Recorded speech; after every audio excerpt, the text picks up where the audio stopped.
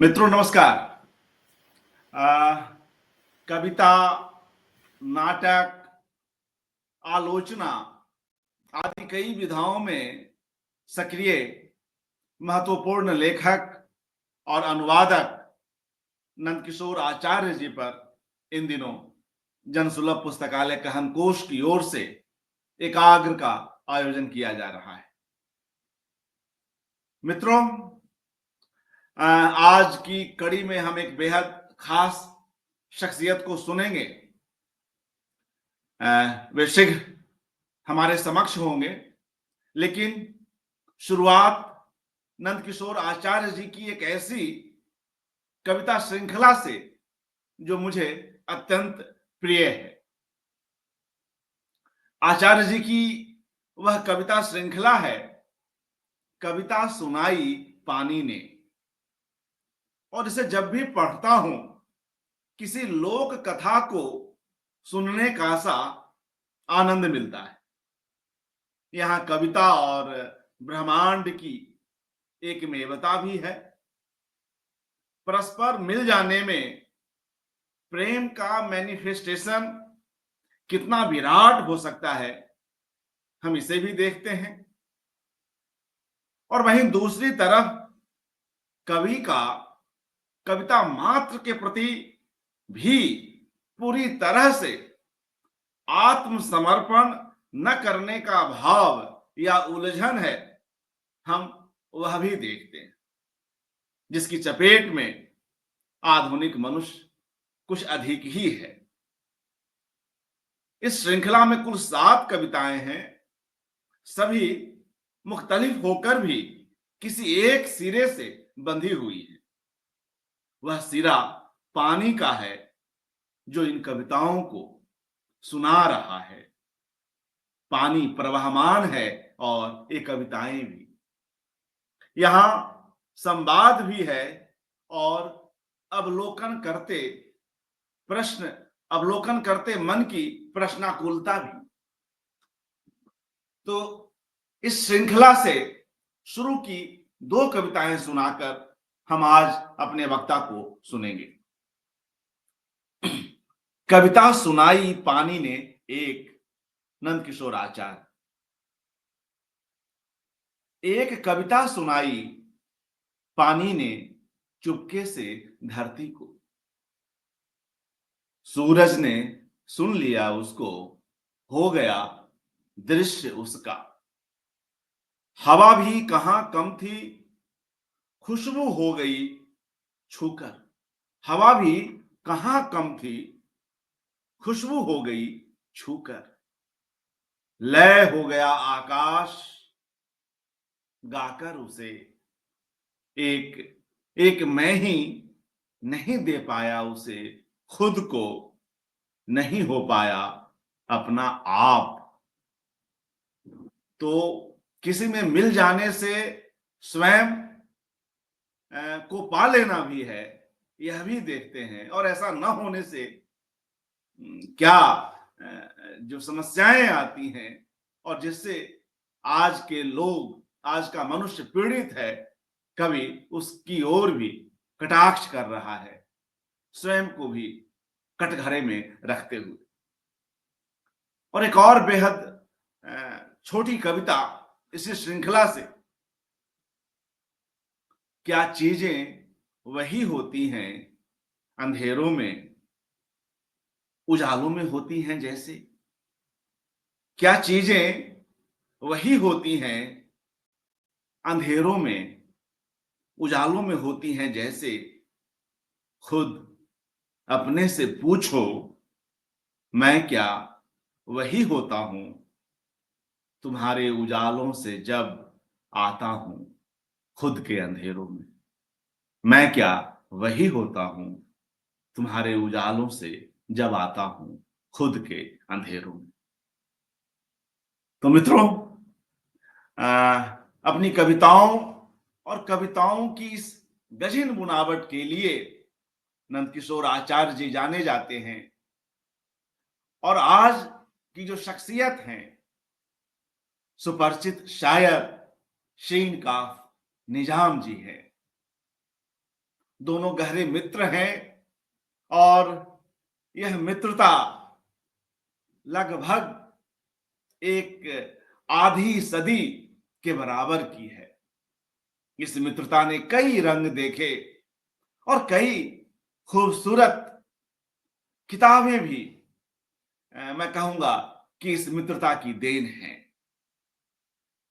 इसी श्रृंखला में एक जगह नंदकिशोर आचार्य जी संज्ञा और सर्वनाम की बात करते हैं कि किस तरह सर्वनाम होने में खासियत है, क्योंकि वह मिल करके एक बड़े रूपाकार को गढ़ने की वजह बनती है। वह सर्वनाम जो है कहीं न कहीं उस एका का प्रतीक है, संज्ञा में अहम आ जाता है। तो आज हम निजाम साहब को सुनेंगे, जिनकी बेहद चर्चित नज्म है, उन्हें भी प्रिय है, हम सभी को प्रिय है। एक हर्फ तुम भी हो, हर्फ एक मैं भी हूं, लफ्ज क्यों न हो जाए, लफ्ज क्यों न हो जाए। और उनकी गजलों में अनसुनी कहानियों को सुनाने की भी एक गुहार है। तो ऐसी कई अनसुनी कहानियां हैं इस मित्रता की, वह भी सुनेंगे। और इससे अलग बतौर रचनाकार नंदकिशोर आचार्य क्या हैं, उनकी कविताओं के क्या मायने हैं, उनका क्या महत्व है, क्या प्रासंगिकता है, तो संस्मरण से भिन्न यह उनका अपना एक क्रिटिकल जो एनालिसिस है, हम उसे भी आज जानेंगे। तो आइए सर्वप्रथम हम अपने वक्ता को स्टेज पर निमंत्रित करते हैं। जी जी निजाम जी साहब, स्वागत, नमस्कार। नमस्कार। अच्छा लग रहा है, बहुत समय बाद आप जी, पकड़ में आए हैं, बहुत अरे दिनों से कमाल, मैं तो आपकी जी पकड़ में ही था। बहुत दिनों से कोशिश थी, मगर आप उलझे अरे हुए भी थे। जी, जी तो हम हर तरह की बात करेंगे आचार्य जी को लेकर, उनकी रचनाओं को लेकर। मगर सर्वप्रथम क्यों ना हम लोग उस पहली भेंट की ओर चलें, जोधपुर शहर की ओर चलें, जहां से आप आते हैं, जहां से आप आज हमसे मुखातिब हैं, और जहां नंदकिशोर आचार्य जी भी आए बीकानेर से एमए हिस्ट्री करने। मगर उन 2 वर्षों में वे आपसे नहीं मिले। उसके कुछ एक वर्ष बाद आप दोनों की भेंट होती है, तो वह पूरा प्रसंग भी अपने आप में एक बेहद रोचक प्रसंग है। क्यों ना शुरुआत हम लोग वहीं से करें, आदरणीय शिनका निजाम साहब। नहीं, बड़ी अर्पण कुमार जी, बड़ा मामला है कि पीछे मुड़ के देखना भी कोई बहुत आसान काम नहीं होता। जी और फिर आपने सही बात कही कि आधी सदी जो होती है वो जरा आधी उम्र से ज्यादा ही होती है। कहने को आधी सदी होती है तो आधी सदी तब हो जब आदमी की उम्र 100 बरस की हो। हमारे जमाने में आधी सदी आधी उम्र से ज्यादा होती है। और इसके बावजूद मैं ये नहीं कह सकता कि मैं आचार्य जी को कितना जान सका या पहचान सका। आगाज की बात जो आपने फरमाई वो यूं है कि सबसे पहले हमारे मरहूम दोस्त थे नंदकिशोर बोड़ा साहब, उनके हवाले से उनसे मुलाकात हुई। वो बीएड करने के लिए यहाँ बीकानेर गए थे और वहाँ आचार्य जी से उनकी भेंट हुई थी और उसके बाद उनसे बहुत सारी ऐसा रिश्ता हुआ। आचार्य जी यहाँ आते थे, उनके मित्र थे। आचार्य जी का जो पढ़ने का सिलसिला था वो खत्म हो चुका था, मतलब यहाँ जोधपुर से उनकी जो यूनिवर्सिटी की पढ़ाई थी वो खत्म हो चुकी थी। अब यहाँ जब मिले तो एक गोरा चिट्ठा आदमी, माशाल्लाह, बड़ा स्लिम, और थोड़ा सा एक वो जो उम्र और इल्म दोनों जब मिल जाए तो थोड़ा सा जो होता है वो भी उनके चेहरे पर था। लेकिन उनसे मिलके बहुत अच्छा लगा, मैं बड़ा प्रभावित हुआ उनसे। उस वक्त उन्होंने कविता विता तो नहीं सुनाई, लेकिन किसी और किसी भी दोस्तों से मिलने गए वो तो यहाँ हमारे उर्दू के शायर लोगों से। आखिर में हमारा नंबर आया तो उनसे मिलके बातें करके इसलिए भी अच्छा लगा कि उनका बुनियादी प्रेम जो था वो साहित्य से, उर्दू से था। फिर बाद में खुलते रहे। और एक ये भी है कि उनकी पूरी शख्सियत का अगर मैं तज़िया गालिब के शेर से करूं, जो उनके प्रिय कवि भी रहे आचार्य जी के, वो शेर कुछ यूं था कि हैं कवाकिब कुछ, नजर आते हैं कुछ, धोखा देते हैं ये बाजीगर खुला। यानी ये जो रोशनी के मीनारे होता, सितारे जो हैं, ये कुछ हैं कुछ और दिखाई कुछ देते हैं, और इसलिए वो खुला धोखा देते हैं। सितारे हैं कवाकिब कुछ, नजर आते हैं कुछ, धोखा देते हैं ये बाजीगर खुला। तो फिर हमारी परंपरा भी तो आप देखें कि यही होती है कि हमारे यहाँ जो देखे सत्य असत सब दिखे। जो दिखाई दे रहा है वो सत्य नहीं, जो देख रहा है वो सत्य है। ऐसे में मेरा ये मानना है कि गालिब ने जो ये कहा कि है कवाकिब कुछ, नजर आता है कुछ, तो वो नजर आना कुछ नहीं है, सारा मामला तो आपके देखने पर ही है ना। आपके देखने में कहीं कुछ रहा है, तो शायद मेरे भी देखने में ये रहा होगा। और आज जब आपसे बात कर रहे थे सुबह, तो मेरे ज़हन में उनकी कविता आ रही थी कि हकीकत क्या हकीकत है? हकीकत क्या हकीकत है न बन जाए ख़याल गर वह। यानी कि हकीकत की भी कोई हकीकत तब है जब उसमें ख़याल बनने की सकत हो। ख़याल में ट्रांसफ़ॉर्मर हो सकती है कि नहीं हकीकत। तो मेरे अर्ज़ करने का मतलब ये कि उस ज़माने में जब वो यहाँ थे, तब उनसे मुलाकात होने का सवाल ही नहीं। और जो अब मुलाकात हुई है, तो उस वक़्त उनकी किताब की काव्य तितिक्षा आ चुकी थी। मेरा कविता संग्रह लम्हों की सलीब आ चुका था। फिर उसके बाद तो मेरा तो मुशायरों में वगैरह में बीकानेर जाना होता रहा। वो अपने दोस्तों से मिलने की खातिर कई बार जोधपुर आते रहे, उनसे मुलाकात होती रही। फिर पता नहीं ये मुलाकात कब दोस्ती से निकलते हुए रिश्तों में और अदबी रिश्तों में। पर बुनियादी बात मुझे लगता है कि शायद हम दोनों के दरमियान जो रही, वो सबसे पहले उर्दू ही रही होगी, उर्दू शायरी रही होगी। जी, तो ये है मेरा पहले का तो ये सिलसिला मुझे लगता है। जी, और जी, अब अगर जो इतनी उन मुलाकातों को अगर याद करूँ, तो न तो भी इतना हौसला है, न इतना हाफ़िज़ा। हाफ़िज़ा ये है कि बहुत सी बातें तारीख़ में घुल मिल जाती हैं। लेकिन जी, आचार्य जी की उसके बाद तो उनकी नज़्में, ग़ज़लें बहुत सारी, आगे भी मैं कुछ कहूँगा, लेकिन शुरुआत बस इस तरह हुई कि वो हमारे दोस्त थे, उन्होंने हमसे मिलाया और उनका जो परिचय उन्होंने अपना ज़बान से दिया, वो बड़ा भयावह था, डर लगने वाला था। और वो थोड़ा-सा उनके व्यवहार से प्रकट भी हुआ कि हाँ, कुछ अ, मामला खतरे में है, थोड़ा संभल-संभल के। हम उर्दू के लोग हैं ना, तो आसानी से यूँ भी नहीं खुलते।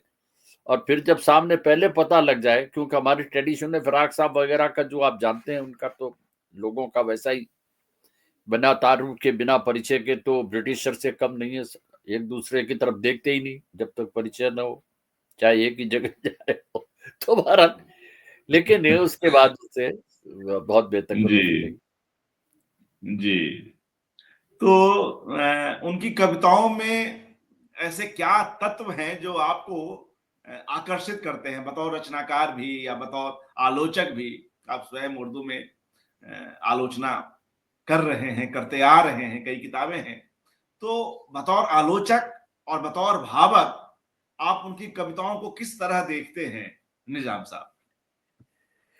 मुझे ये लगता है अर्पण कुमार जी कि मेरे पढ़ने में जो कवि आए हैं, मेरी बुनियादी तौर पे मुझे पाठक ही माना जाना चाहिए, और जो पढ़ने में आया वैसी कविताएँ बिरली कविताएँ हैं।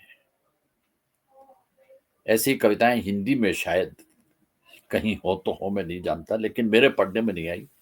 मुझे अपने ज्ञान की कोई विस्तृतता पर और उस तरह की बात पर कोई यकीन नहीं है।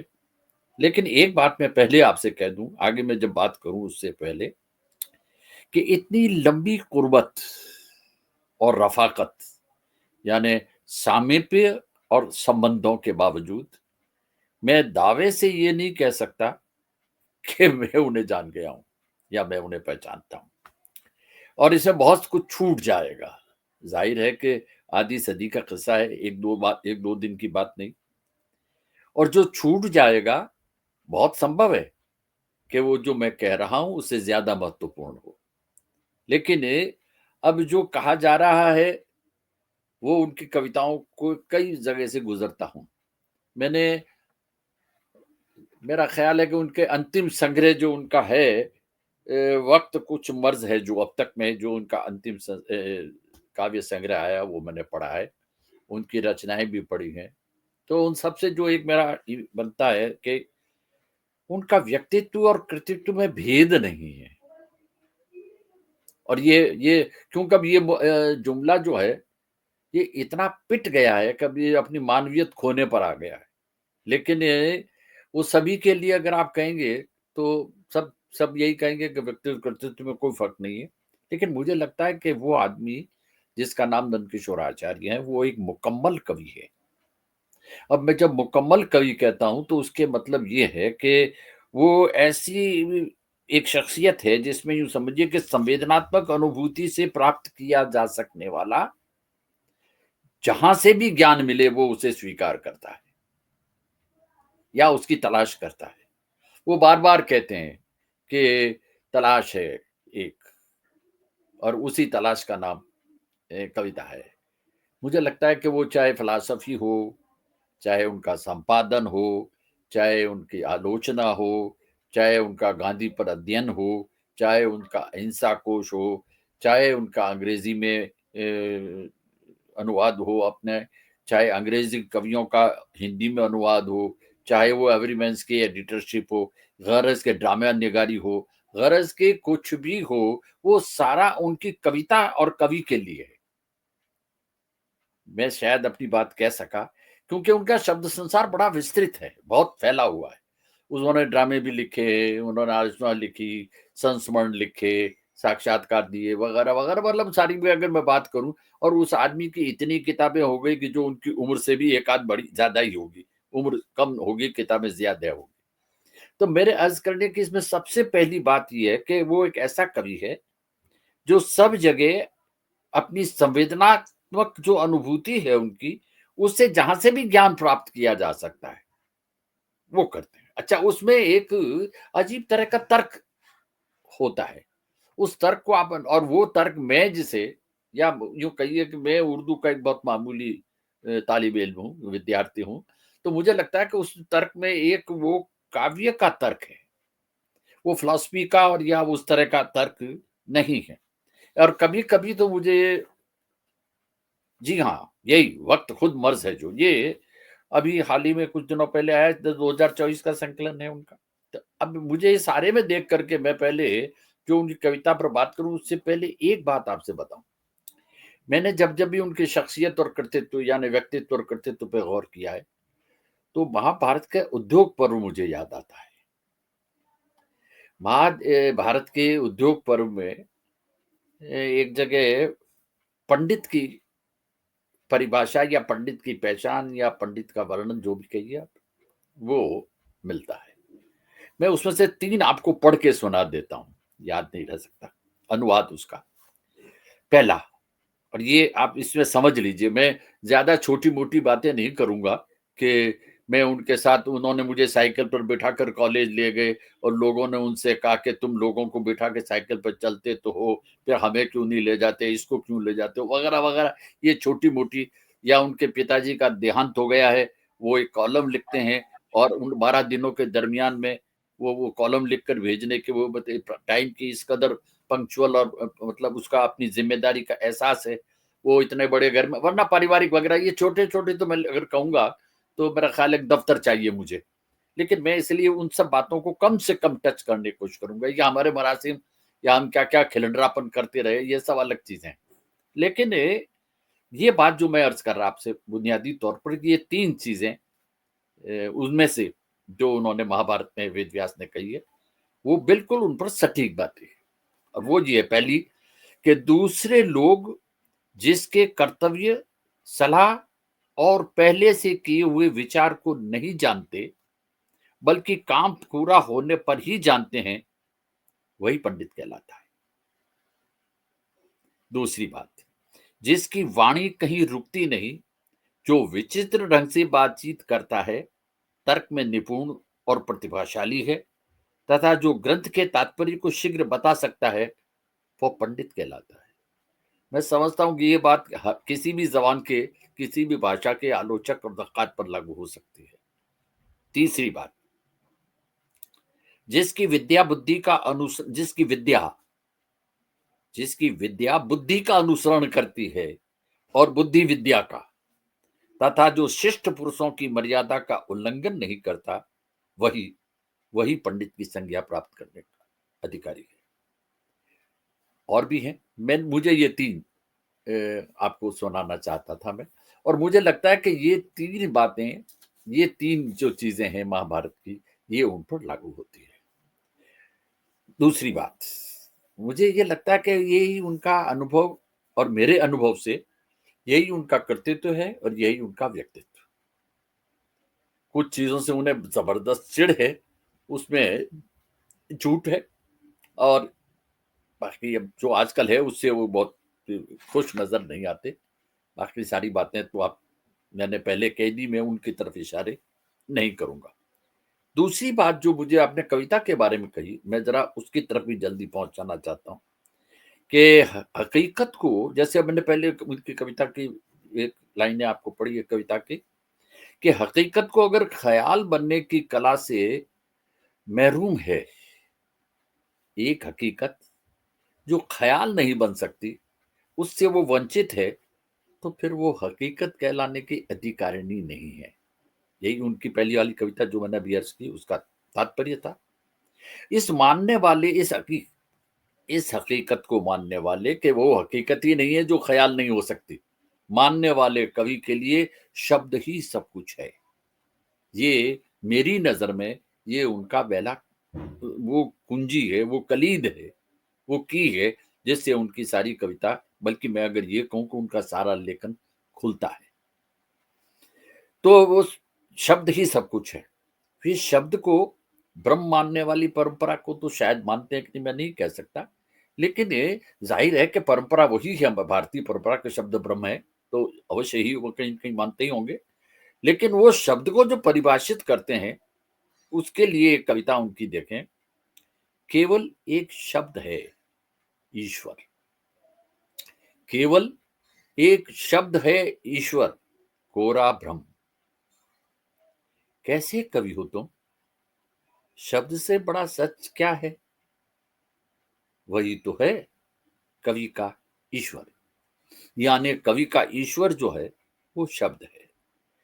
अब अन्य विचारों में कविता अर्थात उनके लिए शब्द एक बहस का मुद्दा भी हो सकता है, लेकिन कवि के लिए ये बात सत्य है, चाहे वो कहीं का कवि हो, किसी भाषा का हो, किसी मुल्क का हो, किसी एशिया यूरोप कहीं का भी हो, तो उसके लिए तो शब्द ही ईश्वर है। उनके प्रिय कवि गालिब ने, देखिए उनका बहुत प्रिय कवि है गालिब, और हमारे मतभेद का और बैटलफील्ड भी गालिब ही है बहरहाल। तो वो कहता है कि गालिब है, ये खास तौर से सुने आप, गालिब है रुतबा फहमो तसव्वुर से कुछ परे, गालिब है रुतबा फहमो तसव्वुर से कुछ परे, है अज़्ज़े बंदगी जो अली को खुदा कहूं। आप देखेंगे गालिब ये कह रहे हैं कि मैं हजरत अली को खुदा के अलावा अगर क्या कहूं, उन्हें खुदा ही कह सकता हूं, और वो फिर मेरे असल में उनका रुतबा जो है वो मेरे अक्ल विवेक से और मेरी कल्पना से भी बहुत ऊपर है, लेकिन मेरी मजबूरी ये है कि मैं उन्हें खुदा के अलावा क्या कह सकता हूँ। सबसे बड़ा मानने वाली चीज खुदा है कि भाई तुम खुदा हो क्या। गालिब कहते हैं खुदा कह दूं तो इसके अलावा मैं उन्हें क्या कहूं। अब देखें कि यानी गालिब की अभिव्यक्ति की ये सीमा रही कि वो अली को सिर्फ खुदा कह सकते हैं, खुदा के अलावा वो क्या कह सकता है। वो कहते बस ये साइएस्ट, इसके अलावा तो कुछ है ही नहीं कहने को। यही बात आचार्य कहते हैं कि शब्द के लिए ईश्वर से बड़ा वो भी क्या कहेंगे, यानी उनके लिए, अली के लिए खुदा कहने से ज्यादा कोई चीज नहीं है। ये कहते हैं कि शब्द ही ईश्वर है, यानी उनके लिए अब शब्द को ईश्वर से आगे ये भी कुछ नहीं कह सकते। तो ये इन दोनों में एक अजीब तरह का सामंजस्य है गालिब से। और ये मैं प्रभाव की बात नहीं कर रहा हूं, मैं सामंजस्य की बात कर रहा हूँ। जो दो कवि कहीं भी कहीं, जरूरी नहीं जैसे डेविड लॉज वगैरह ने कहा ना कि कोई कहीं भी लिखे, जरूरी नहीं है कि वो उसे जानता हो, लेकिन ख्याल टकरा। आगे भी इसी तरह की बात कई बार कहते थे। तो इसलिए रिम्बो ने जो ये बात कही थी कि कवि के शब्द कविता के शब्द नहीं होते, अधिक से अधिक वे कविता के अत्यंत समीप के शब्द माने जा सकते। वो ठीक ही तो है। कविता शब्दों से ज्यादा तो शब्दों का साया होती है। उस शब्दों का साया ही उसका रिद्म है, वो उसके साये का हिलना डुलना ही उसका सब कुछ है, ऐसा मेरा मेरा ख्याल है। तो कवि का ईश्वर है शब्द, लेकिन उसके माध्यम से कवि क्या चाहता है?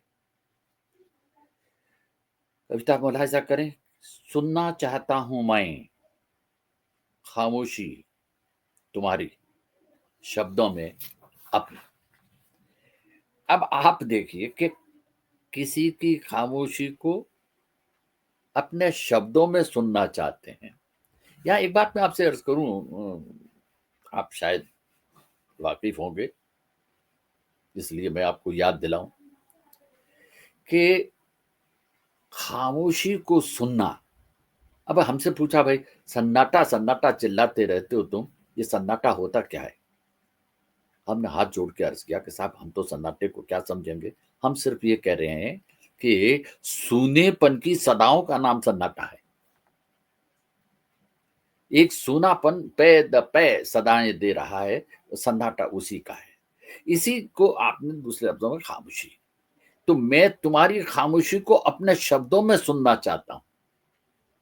अब ये जो बारीकी है, इससे पहले मुझे ये लगता है कि इनके साथ एक साथ कई चीजें जुड़ी हुई हैं। और वो सबसे पहली चीज ये है कि उनका पहला प्रेम जो है, वो जैसा अभी पहले भी मैंने कहा कि वो उर्दू उनका पहला प्रेम है साहित्य में। और वो जावेद नदीम के नाम से लिखते थे। और जहां तक मेरी मालूमात है, उसमें आचार्य जी ने हिंदी में यानी देवनागरी में जितना उर्दू साहित्य अवेलेबल है, वो सारा हर्फ ब हर्फ अक्षर पढ़ा है। दूसरी बात याद रखिए, ये मैं सारा उनकी कविता को कॉन्टेक्स्ट में कह रहा हूं, और मैं ये भी कह रहा हूं कि वो जो कुछ भी कविता में कह रहे हैं या जो कुछ भी कविता से इतर कोई काम कर रहे हैं, वो सारा कविता ही का हिस्सा है। यूं समझिए कि वो कविता की तैयारी है, सृजन की तैयारी मान लीजिए। चाहे उन्होंने अहिंसा कोश ही लिख दिया हो, चाहे उन्होंने अभी गांधी पर 40 किताबें एडिट कर दी हो, चाहे उन्होंने और बहुत सारे काम इधर उधर के, मैं उन्हें प्रपंच कहता हूं, वो प्रपंच भी किया हो, लेकिन वो सारा प्रपंच उनकी कवि को पुष्ट करने के लिए है। इसलिए मुझे सबसे ज्यादा प्रसन्नता मुझे इस बात की हुई जब उन्हें साहित्य अकेडमी का पुरस्कार मिला। तो उन्हें हुई कि नहीं मैं नहीं जानता, क्योंकि तो बेनियाज चीज आदमी है, मैं उनसे इस मामले में मेरा नहीं बनती। बहरहाल, लेकिन मुझे प्रसन्नता इस बात की कि उनकी कविता को पुरस्कार मिला। वो बुनियादी तौर पर ऐसे विरले कवि होते हैं जिनको अपनी कविता के लिए और कवि अपनी जिम्मेदारी को समझते हुए वो साहित्य से भी, पत्रकारिता से भी और दूसरे उन चीजों से भी जुड़ा रहता है। तो बहरहाल उनका पहला प्रेम उर्दू था। जावेद नदीम के नाम से नज़्में लिखते रहे वो नागरी में, छपती भी रही सप्तांत वगैरह वहां में भी। और बुनियादी तौर पर ये जो उनका पढ़ना था उर्दू का, वो एक मुझे लगता है कि कहीं ये भी बताता है कि अगर संजीदगी से पढ़ा जाए तो उर्दू, हाँ ये बात याद रखिए कि वो उर्दू स्क्रिप्ट नहीं जानते। मैंने अपने जीवन में समझदारी का एक ही काम किया मुझे, तो वो उर्दू नहीं जानते। इसके बावजूद अगर उनकी कविताएं और उनकी आगे अभी बात करूंगा तो बताऊंगा आपको, तो मुझे ऐसा लगता है कि लिपि जो है, हालांकि ये बात कहते हुए मुझे एजरा पाउंड और एलियट की भी याद आती है, जो अपनी जो वो जबान नहीं जानते हुए भी उसको जानते थे, लेकिन ये तो जबान एक जानते हैं क्योंकि उर्दू के साथ ये मसला नहीं है। 12 तो वो जो उनकी पढ़ाई थी, उर्दू की पढ़ाई, वो पढ़ाई इस बात का सबूत करती है और उनके रचनाएं इस बात का सबूत है कि स्क्रिप्ट जो है वो उर्दू हिंदी के बीच में नहीं आती। एक वाक़ा सुनाया आपको। उनके 2 ड्रामे हैं, आपने तो पढ़े ही होंगे। गुलाम बादशाह और वो ज़िले लाई। इन ड्रामों का तर्जुमा हमारे जनवादी कवि थे, बहुत अच्छे शायर भी थे, किताब मैगज़ीन भी निकालते थे, ज़ुबैर रिज़वी। उन्होंने उसका तर्जुमा किया, तो उन्होंने बहुत तारीफ़ की हमसे भी। तो हमने जिले कहा सुहानी और गुलाम बादशाह की बात कर रहे हैं। हाँ जी, जिले जी। सुहानी और गुलाम बादशाह की बात कर रहे हैं। जी, वही जी। तो कह रहा, नहीं जी, कहा, जी। ज़िले लाई तो कहा मैंने। हाँ, बिल्कुल, हाँ, बिल्कुल। जी। ज़िले लाई और गुलाम बादशाह, ये दोनों ये नागरी में लिखे हुए उर्दू के ड्रामे हैं। जी। तो मैंने मज़ाक में नहीं, बहुत संजीदगी से कही ये बात। देखिए, ये आदमी उर्दू को हिंदी में लिखता है। आपने अगर वो ड्रामे पढ़े हैं, तो ज़ुबैर रिज़वी ने इनका तर्जुमा किया था, दोनों का, उर्दू में। तो हिंदी में छपे थे। इन दोनों का उन्होंने उर्दू में तर्जुमा किया, तो नंदकिशोर जी ने उससे कहा कि मैं तो उर्दू नहीं जानता। तो उनका जवाब ये था कि आप न जानो, ये ड्रामे दोनों उर्दू के हैं। ये इस बात का वो ज़ुबैर रिज़वी कोई बहुत मामूली चीज़ तो थे नहीं। आखिर एक पर्चा भी निकालते थे और बड़े राइटर भी रहे हमारे उर्दू के, जनवादी लेखों में उनका बड़ा वो अध्यक्ष वगैरह भी थे, बहरहाल। लेकिन बहुत अच्छे शायर भी थे वो और प्रोज़ वगैरह बहुत काम था उनका संस्कृति को लेकर साहित्य को लेकर। उनका ये कहना क्या इस बात की दलील नहीं है, जो मैंने पहले कहा कि स्क्रिप्ट बीच में आती ही नहीं, अगर आप संजीदगी से पढ़ते हैं तो। आप उनसे अख्तरुल इवान की नज़्में सुन लीजिए, आप उनसे गालिब के शेर सुन लीजिए। तो कई बार तो हम मज़ाक में कहते हैं कि भाई साहब मुझे ध्यान नहीं है, ज़रा इनसे पूछ लीजिए कि गालिब कहाँ क्या कह रहे थे। तो मेरे अर्ज़ करने का सबसे अहम बात ये थी कि उनके यहाँ एक तसव्वुफ़ का सूफ़ियाना तसव्वुर भी, जो नज़्में अभी आप पढ़ रहे थे, उनमें भी और कई जगह पर उनके यहाँ एक सूफ़ियाना तसव्वुर भी, मतलब उनके यहाँ मौजूद तसव्वुफ़ का तसव्वुर। मसलन आपको आगे बात जो कहूँ उससे पहले 2 बातें अर्ज़ करूँ कि हमारे मज़ाहिब की किताबों में सहीफ़े जिसे कहिए, आसमानी किताबें कहिए, वो चाहे बाइबल हो, कुरान शरीफ हो, वेद मुक़द्दस हो, कोई भी हो, तो सब शब्द से निर्मित मानते हैं। एक ने कहा कि एक को हम बहुशियामी, एक ने कहा कि एंड गॉड सेड, एक ने कहा कुन फ़यकुन, यानी हो जा और दुनिया हो गई। यानी कि शब्द का जो है वो, और भर्तृहरि को तो आपको पता ही है, भर्तृहरि ने भी यही कहा था कि बिना शब्द के तो प्रकाश भी प्रकाशित नहीं हो सकता। यानी शब्द बहुत अहम चीज़ है और इनकी कलीद, जैसा मैंने अभी आपसे अर्ज़ किया कि आचार्य जी की तो बुनियादी चीज़ कलीद ही शब्द है।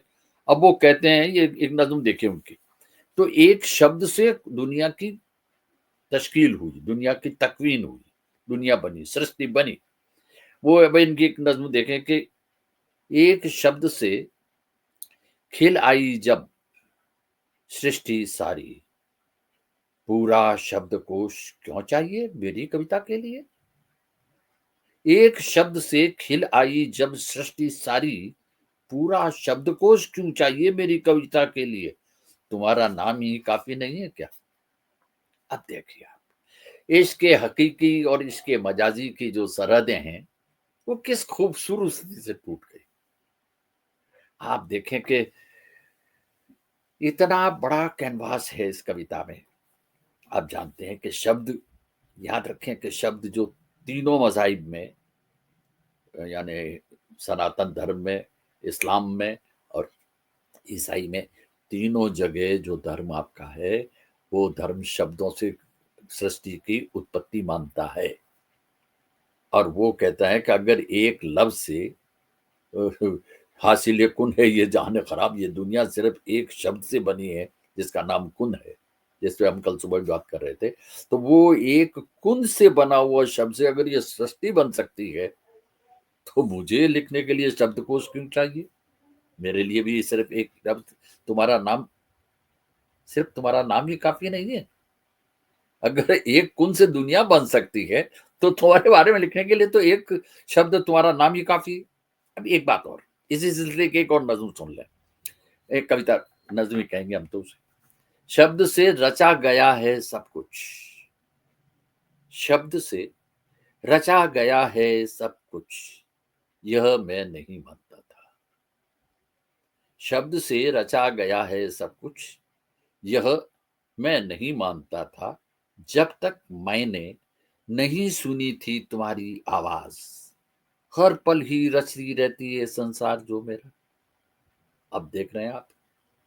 अब जब तक आप ये नहीं समझ लेते या मान लेते हैं, आप चाहे अब उसे आप बड़े लोग बिग बैंग की तरफ भी ले जाएंगे, एक आवाज आई थी वगैरह वगैरह। हम तो ये मानते हैं, तो खुदा तरस लोग हैं भाई उर्दू वाले, तो हम तो ये मानते हैं कि उसने कहा और ये हुआ। यानी शब्द जो है वो ब्रह्म है। आप कहिए, हम ये कह रहे हैं कि कायनात पूरी की पूरी, सृष्टि पूरी की पूरी एक शब्द से बनी है। और जब सृजन के लिए एक शब्द ही काफी था, तो मुझे कविता को सृजन करने के लिए शब्दकोश की जरूरत काहे को है? फिर एक पॉज है, ये ड्राफ्ट और क्राफ्ट की भी बात इसमें बीच में जरा सी कर दूं कि मौजूदा सूरत में क्या पर जो लहजे का सम है वह एफर्मेटिव तो है ही, लेकिन एक सवाल की भी सूरत है उसमें। तुम्हारा नाम ही काफी है। काफी का अर्थ उर्दू में बहुत नहीं होता, याद रहे। हमें जब खाने में कहते हैं कि ये सब ज्यादा दे दूं, तो कहते हैं काफी। काफी का मतलब ये नहीं होता कि बहुत है। काफी का मतलब होता है जितना मुझे चाहिए, जितनी मेरी रिक्वायरमेंट हो गई। ये नहीं कि अरे बहुत हो गया, अरे अरे अरे ये नहीं है। तो यहाँ तुम्हारा शब्द ही काफी है। तुम्हारे नाम ही काफी नहीं है क्या? तुम्हारा नाम ही काफी नहीं है क्या? वो सफाइस है, मुझे उससे ज्यादा कुछ चाहिए नहीं। तो ये सारा का सारा शब्दों का जो मैंने जब कहा कि अब काफी को आप इन मानों में अगर समझ रहे हैं तो उसके मानी है। आगे मैं फिर भी एक कविता पर शायद बात आपसे बात करना पसंद करूंगा, और आप शायद सुनना पसंद करें कि तो काफी का अर्थ नहीं जरूरत भर है, उसका अर्थ तुम्हारे नाम ही से मेरे सजन की जरूरत तो पूरी हो जाती है।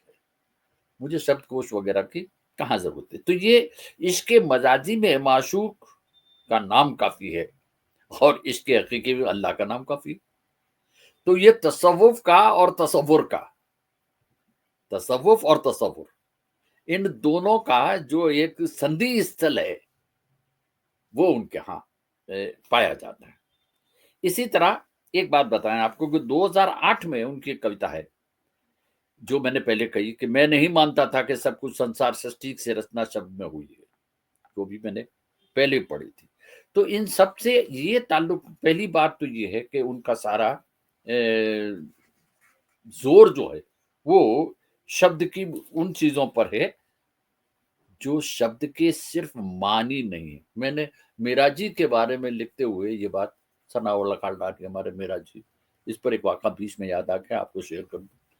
अंग्रेजी से जब हमारी जोधपुर मुलाकात हुई, वो भी यही था कि वो जब जोधपुर रहे हमारी उनसे कोई मुलाकात नहीं थी, और जब जोधपुर से चले गए तो फिर मुझे उनके साथ उनके चरणों में रहने का बड़ा सौभाग्य मिला। बहरहाल, तो मैंने उनसे कहा, मैं कि साहब जैसे आप हैं, शमशेर हैं, मुक्ति बोध हैं, वैसे ही हमारे यहाँ मीराजी हैं, राशिद हैं, अख्तर उली खान हैं।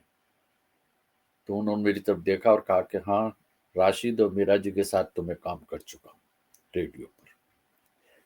तो मुझे लगा कि ये हमारा, हम ये समझ रहे थे कि हम वासैन जी के बारे में ज्यादा जानते हैं, लेकिन वो तो कुछ और मामला निकल गया।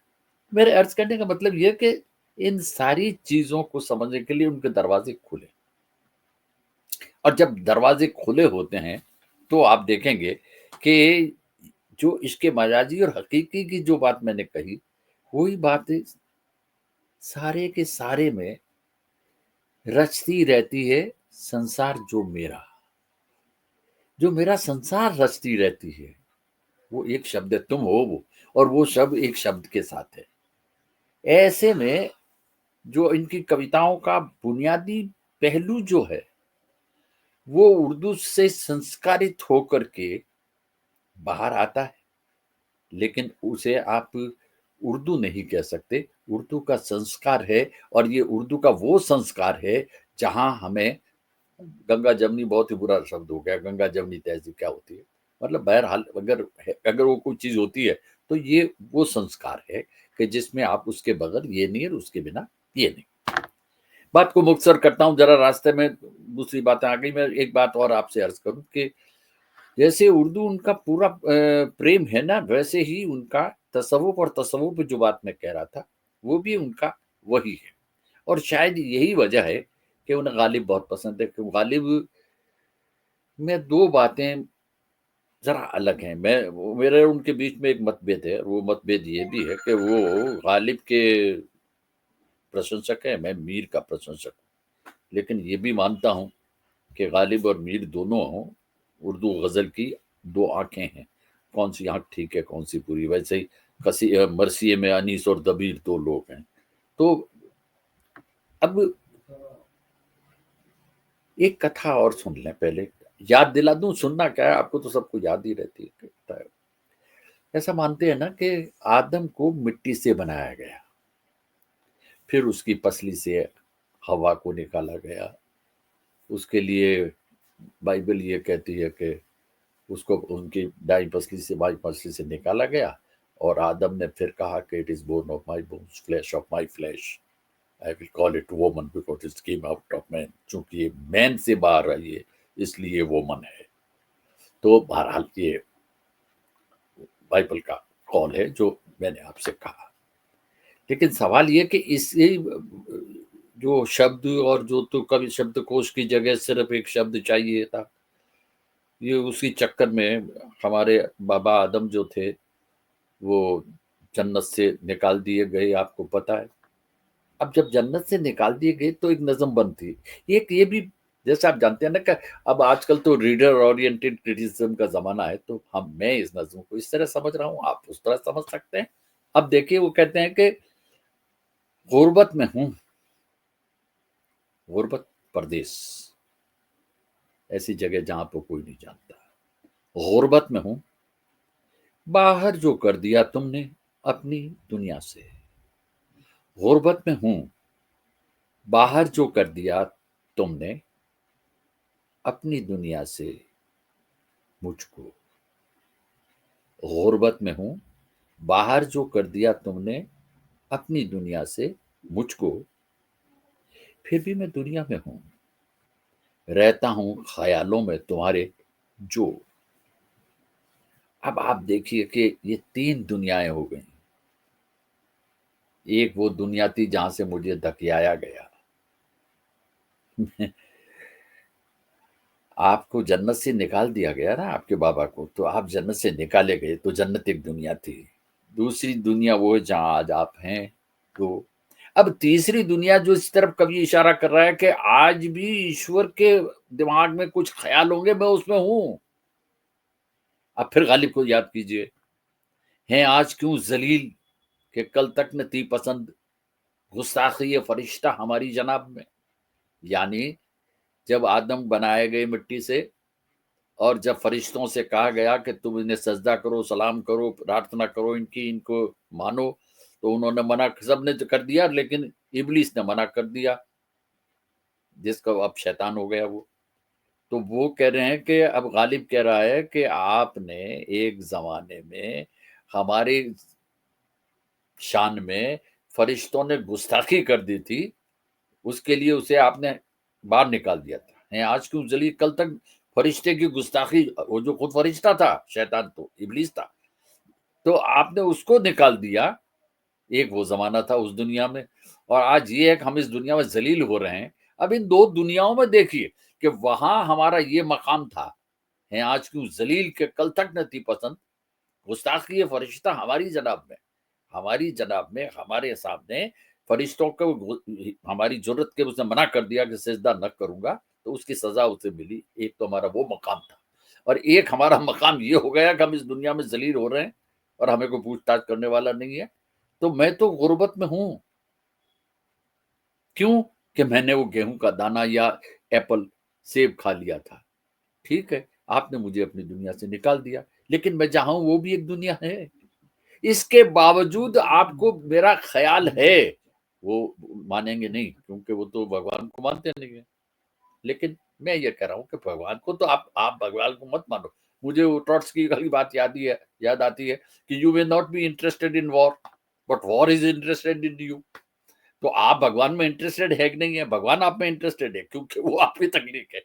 बात है, ये एक अलग मुद्दा है। तो मुझे लगता ये है कि आप भगवान को ना मानिए। आचार्य जी नहीं मानते, मैं मानता हूँ।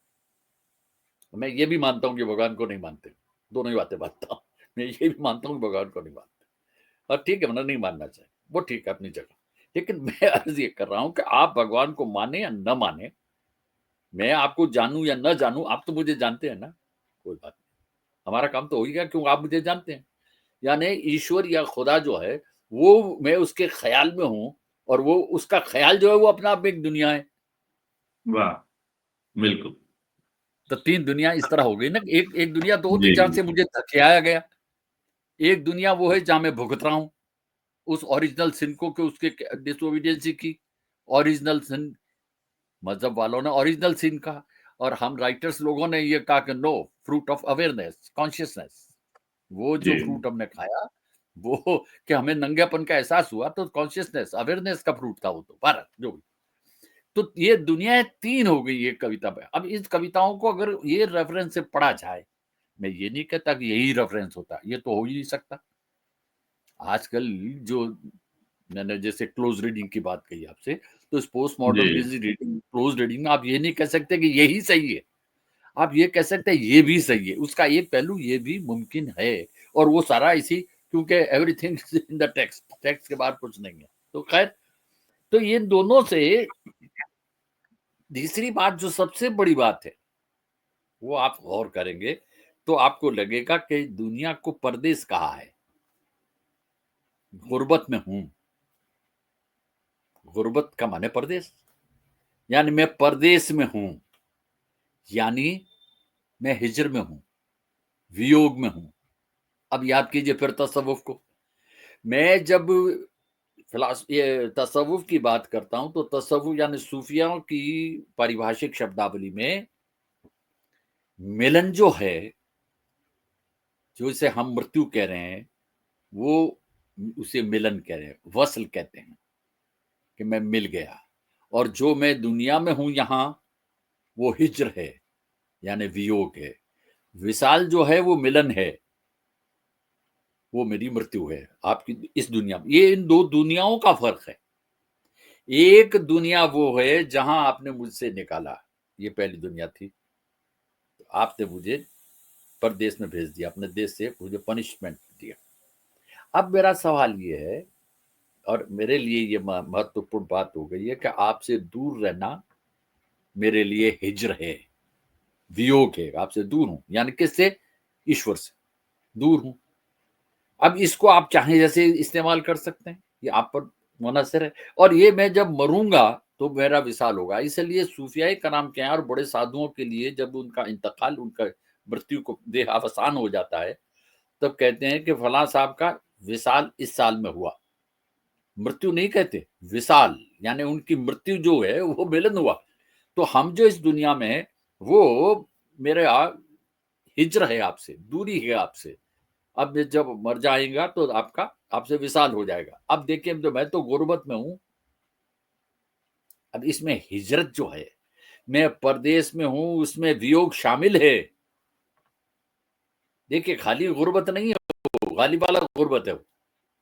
गुर्बत के माने ये तो ठीक है कि आप परदेश में है, लेकिन परदेश में छुपी हुआ वियोग है, वो भी शामिल है। वो खुदा को मानते हैं कि नहीं मानते हैं, वो अपनी जाने, हमें उससे क्या मतलब है।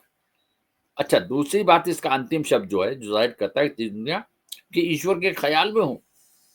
अब सूफी जब है, सूफियों के यहाँ भी दो इबादत के दो मोटे तौर पर, मैं सूफीज्म बात नहीं कर रहा, मैं सिर्फ मोटे तौर पर देख रहा हूं कि सूफियों का साया इनकी कविता पर उर्दू के हवाले से कैसे पहुंचता है।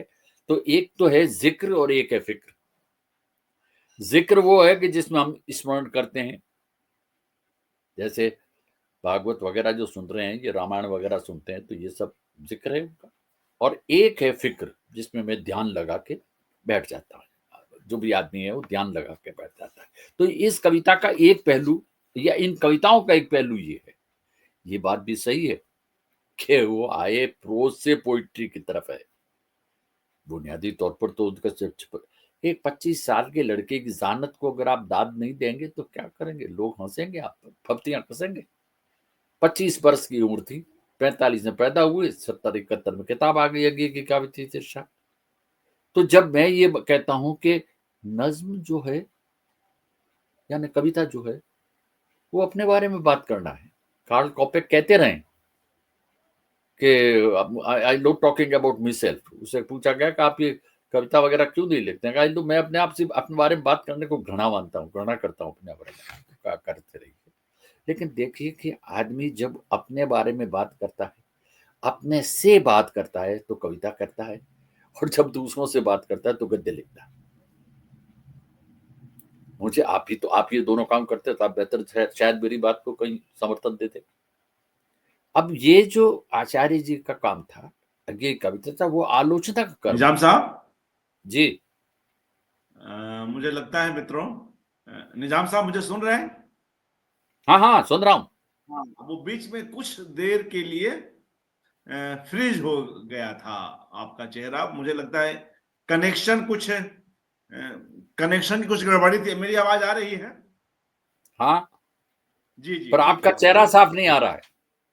अच्छा अच्छा, तो संभव है कुछ कनेक्शन की समस्या हो। अभी आप कंटिन्यू करें जी। आप सुफियाने, मेरी आवाज नहीं आ रही? अब आई। जी जी। हाँ जी हाँ, आप कंटिन्यू करें। बीच में कुछ कनेक्शन की समस्या आई थी, अब ठीक है। अब ठीक है, आप पढ़ें, आप आगे बोलें। मैं कहां तक जी बोला, मुझे याद थोड़ी है। आप कह रहे थे, जिक्र और फिक्र की बात कर रहे थे कि किस तरह और सूफी दर्शन उर्दू के हवाले से आचार्य जी की कविताओं पर आता है, किस तरह से उसका प्रभाव पड़ता है, इसकी चर्चा आप कर रहे थे। जी जी, अच्छा, इसी को आगे बढ़ाएं। जी जी। तब तो काफी निकल गई बातें। बस एक आध मिनट लगता है कि कुछ गड़बड़ी हाँ हुई। तो एक आध मिनट में मैं जो बात जोड़ रहा था, हाँ अब बहरहाल मैं जी जी कोशिश ठीक। करता हूँ, देखें मिल जाए तो ठीक है, जी जी कोई नहीं। जी जितना आए जी हमारा जी। मुकद्दर। हमारी बात यही है। नहीं नहीं, वो तो हम लोगों की तकदीर है। जी हाँ, आप कहें। हमारी नहीं, हमारी यही नहीं है। नहीं, आपकी आपकी मैं अगर नहीं, किसी सुनने वाले सुने की। तो हाँ अर्पण जी, सुने तो हाँ हाँ। है कि हम सेमिनार में पर्चा पढ़ने खड़े होते हैं तो माइक गड़बड़ हो जाता है। मुशायरे माइक में आपसे शेर डर पढ़ने, जाता अब पता नहीं हम इसी वेब में पर्चा पढ़ते हैं कि ये हमसे है। डरा हुआ है, सहमा हुआ है। मुशायरे में जाए तो माइक गड़बड़ हो जाता है हमारा, क्या किया जाए। और ये सब हो जाए तो हमारा गला खराब हो जाता है। तो बदकिस्मती हमारे साथ साथ चलती है, नसीब का कभी नहीं और। नहीं, बहुत बहुत बहुत अच्छा लग रहा है। बहुत महत्वपूर्ण चीजें आ रही हैं। जी हाँ, बात तो तो ठीक हो रही है आपकी, आपके मतलब की बहुत बात बहुत भी हो रही है।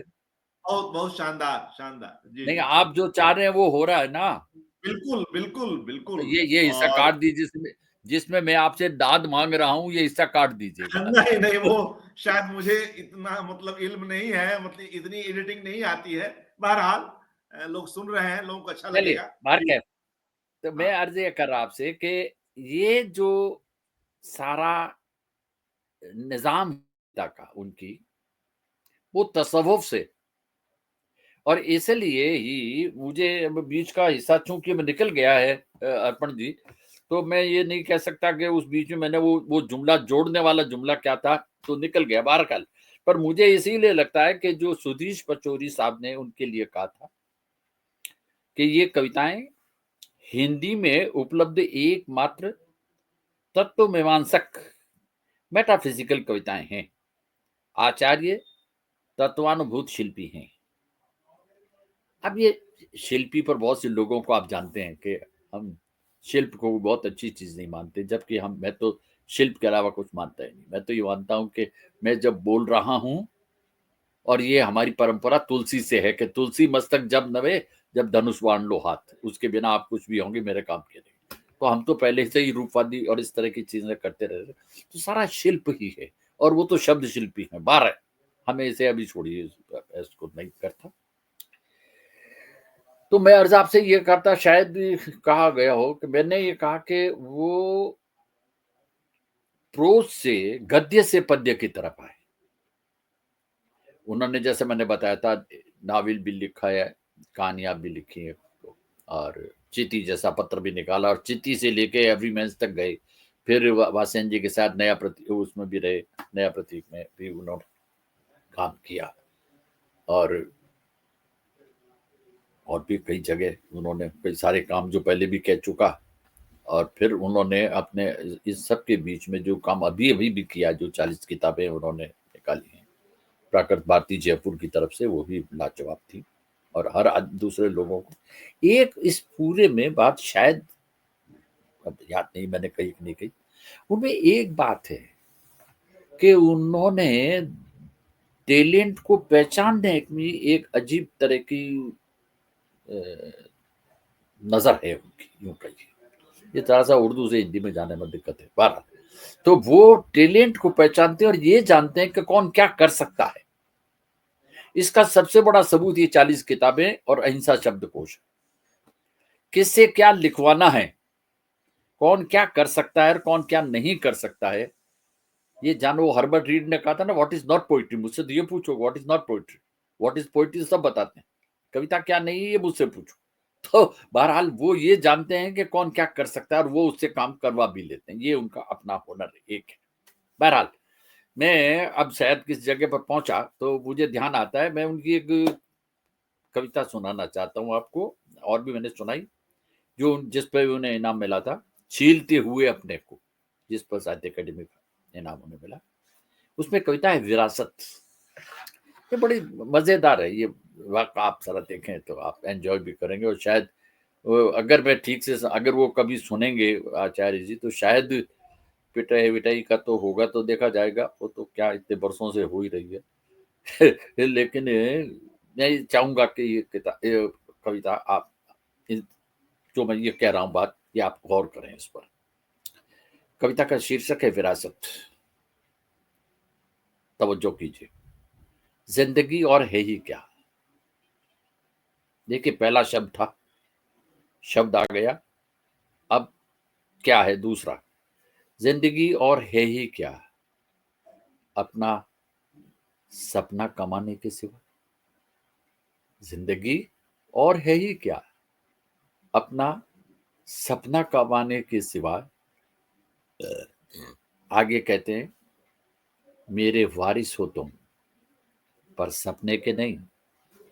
मेरे वारिस हो तुम सपने के नहीं, अपने सपने में नहीं बांधता तुम्हें। तुम देखो अपना सपना और कमाओ उसे।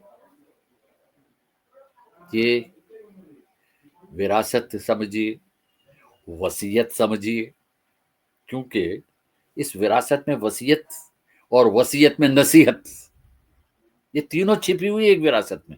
ये देखिए, कविता के शीर्षक के साथ जो उन्होंने कहा है कि विरासत को 3 डायमेंशन में डाल दिया है। ठीक, अब देखें आप कि तुम्हें सपना कमाना है, वो तुम्हारा अपना है। सपना कमाने के सिवा जिंदगी और कुछ होती है। पहले जनरलाइज कर दिया कि जिंदगी में और क्या है, आदमी अपना सपना कमाए, तो तुम सपना कमाओ। मेरे सपने से तुम उम्मीद न करो, मैं तुम्हें अपने सपने में नहीं बांधता। तुम्हें अपना सपना देखना है, तुम अपना सपना कमाओ। मुझे ऐसे में अशोक वाजपेयी की भी एक कविता याद आती है। वो अपने पोते की दूसरी सालगिरह पर एक कविता लिखते हैं, और उसका उन्वान भी यही है, अपने पोते की दूसरी वर्षगांठ पर एक प्रार्थना, जिसमें वो कहते हैं अपने पोते को। कविता तो इस वक्त मेरी स्मृति में ज्यादा नहीं है, पर जो उसका जीस्ट है वो अर्ज करूं कि अपने पोते के वो कहते हैं, हाँ, वो कहते हैं कि तुम अपनी आग को सुरक्षित रखना, अपनी आग बचा के रखना, क्योंकि हम सब, ये लाइन है पूरी अशोक जी की, हम सब अपने के परिवार के हैं, सच की बिरादरी के नहीं। चुनांचे वो अपनी विरासत में आखिर में यह कविता कहते हैं कि मैं तुम्हें देवता नहीं पूर्वज सौंपता हूं। देखिए, उन्होंने आचार्य जी ने कहा था कि मैं तुम्हें सपने से, अपने सपनों से नहीं, बस तुम अपना सपना को और तुम काम करो। अशोक जी कहते हैं कि तुम अपने सपने बचा सको, ये तुम्हारी ताकत तुम्हें मिले, तुम्हारी रोशनी, तुम्हारी आग सुरक्षित रहे तुम्हारे अंदर। और मैं तुम्हें कोई देवता वेवता नहीं सौंप रहा हूं, वो भी नहीं सौंप रहे हैं, देखिए। और ये कह रहे हैं कि मैं आपको देवताओं की जगह अपने पूर्वज सौंपता हूं। मैं ये तुलनात्मक की नहीं, ये सपने और सच्चाई की बातें कर रहा हूं, हकीकत और ख्याल के अंतर संबंधों के संवेदना संसार की बात कर रहा हूं। दो करीब करीब समकालीन ही माना जाना चाहिए, थोड़ा सा अंतर है दोनों में, पर करीब करीब समकालीन ही माना जाना शायद। विरासत में अपने अपने वारिसों को क्या देते हैं? देखिए, सपनों को सहेजने, बचाने, सपने की रोशनी, आग, सच्चाई को सामना करने की ताकत, उसे एहसास कराने की सपना बड़ा है। ये एहसास कराते हैं दोनों कवि कि सपना सच्चाई से बड़ा है। मैंने अक्सर अर्ज किया है, लिखा भी है कि सपना और सच्चाई, अगर सच को दोनों को अगर आप तुलनात्मक अध्ययन करें तो सच बड़ा बदकिस्मत है। उसकी बदकिस्मती है कि सच के पास कोई सपना नहीं है, और सपना बड़ा खुशकिस्मत है कि उसके पास अपना सपना है, वो चाहे सपने ही का सच है। तो सपने और सच्चाई दोनों के दरमियान का ये जो मामला है वो देखना। अभी इस मौके में एक कविता और, विरासत की, वो आचार्य जी के प्रिय कवि जिनका उन्होंने तर्जुमा किया है। आप सुन रहे हैं ना?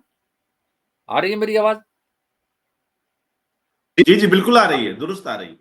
नहीं, बीच में जी कुछ और आ गया जी था। आवाज आ रही हाँ, है। हाँ, जी जी ये अब आ रही।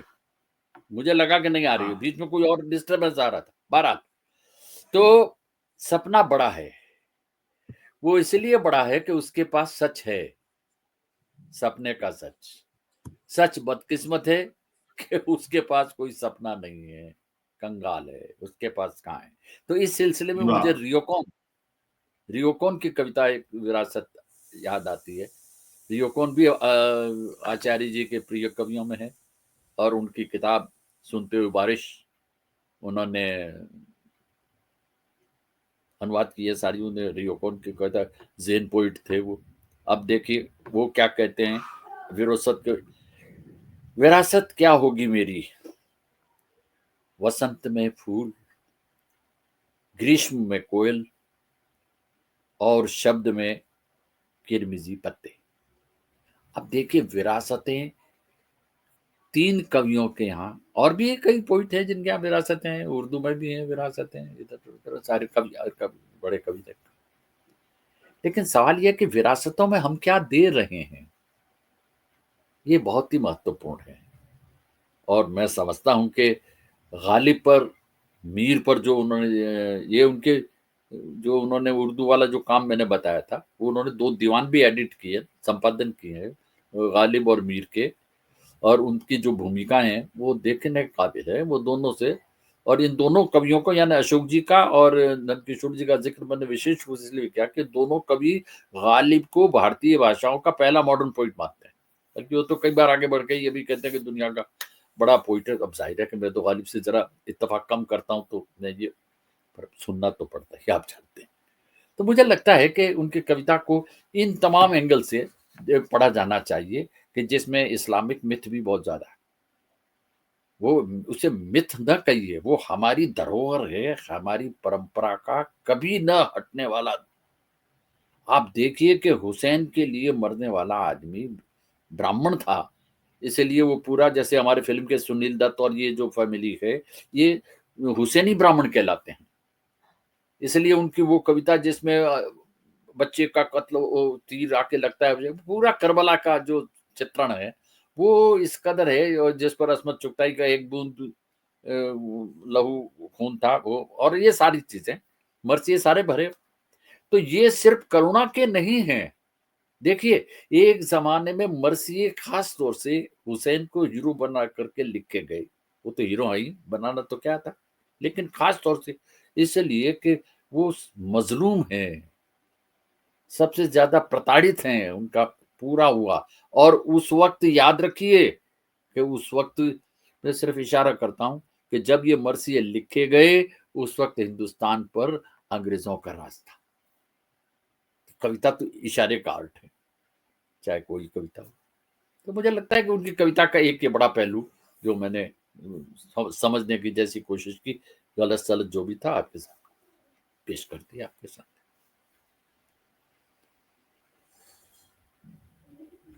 जी निजाम साहब, अच्छा लगा और बहुत तरह की बातें भी निकल कर आई।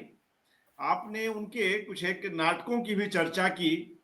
कभी कोई ऐसा अवसर आया कि आप दोनों साथ मिलकर उनका कोई नाटक देख रहे हो, इस तरह के कुछ प्रसंग है तो वह भी थोड़ा लगभग सुनाएं। जी जी लगभग लगभग नहीं, उनके साथ बहुत से नाटक देखने का मौका मिला।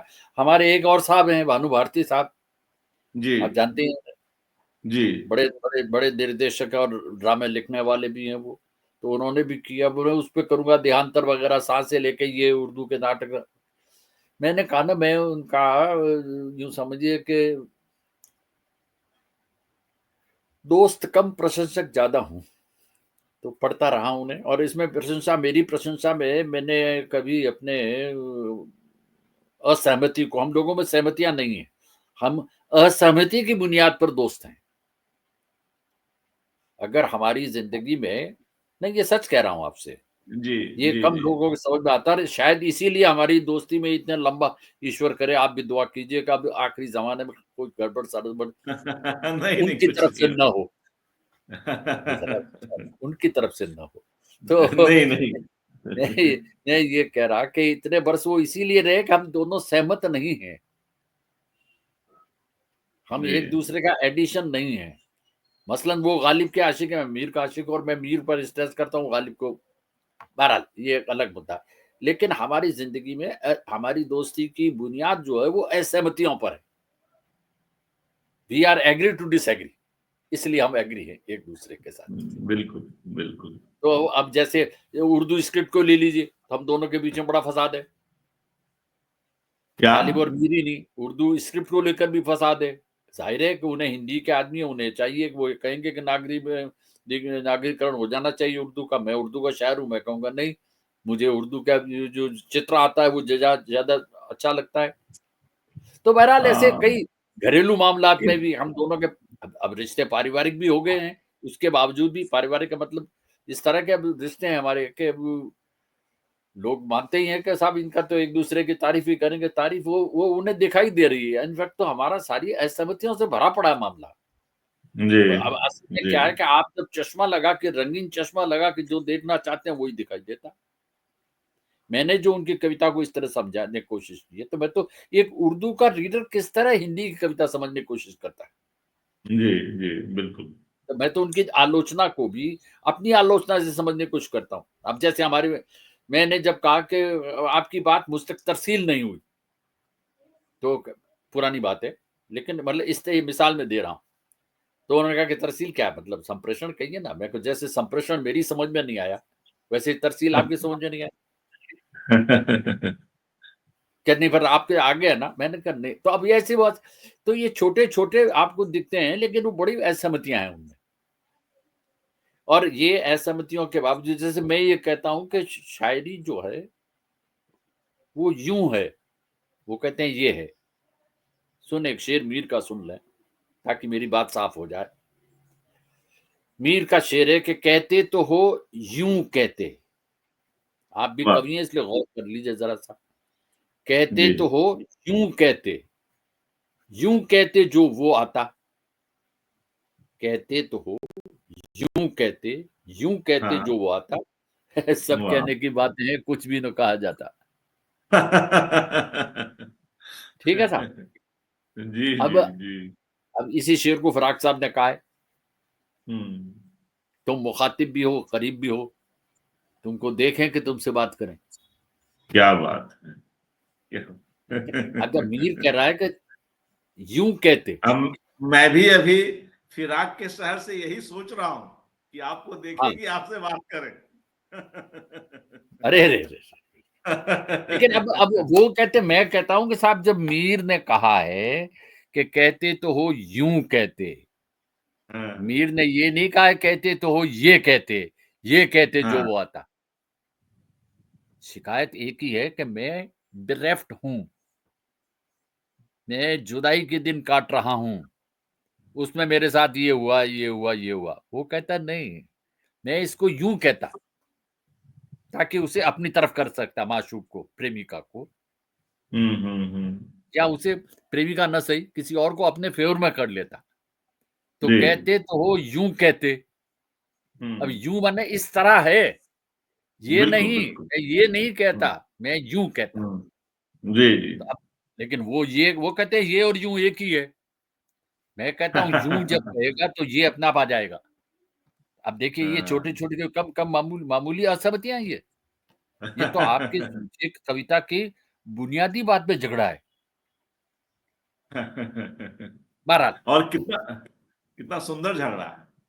मैं तो इसको अब सुंदर झगड़ा बताइए नहीं, नहीं मानूँगा। अब आपको अब आपको मतलब नॉट यू इन पर्सन आपको कह रहा अ, मेरी ज़बान ऐसी है कि आपको लग रहा है कि देखा बनते हैं साले एक-दूसरे की तारीफ़ करते हैं। अरे तारीफ़ नहीं कर रहे हैं, एक-दूसरे हुँ, के कीड़े निकाल रहे हैं।